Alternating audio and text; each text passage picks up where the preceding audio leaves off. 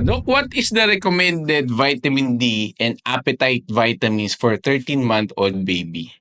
Usually, ang recommendations po sa mga infants is 400 mg of vitamin D. Marami po yung preparation. Pwede nyo tingnan yung mga labels. Naka-drop preparation yan. So, yan. Yun po yung recommended dose po. 400 IU ng vitamin D3. Yun yung mga batang hindi naaarawan.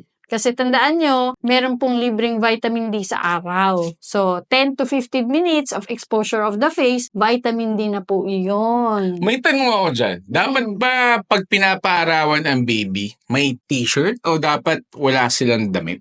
Para bang, syempre, isipin mo kung sasagap ka ng ng grasya, mas maganda, mas maraming exposure, 'di ba? Kaya lang ang problema, kung malamig masyado dun sa lugar, edi kawawa ng baby, gigilawin naman, mas stress naman siya.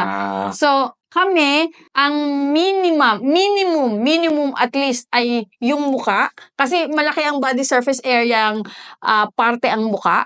Kaya at least yung muka, 10 to 15 minutes. Plus yung naka-sando. Para yung extremities at saka legs exposed din. So, mas maraming skin na ma-expose under the sun, much better. Tapos minimum of 10 minutes po yun.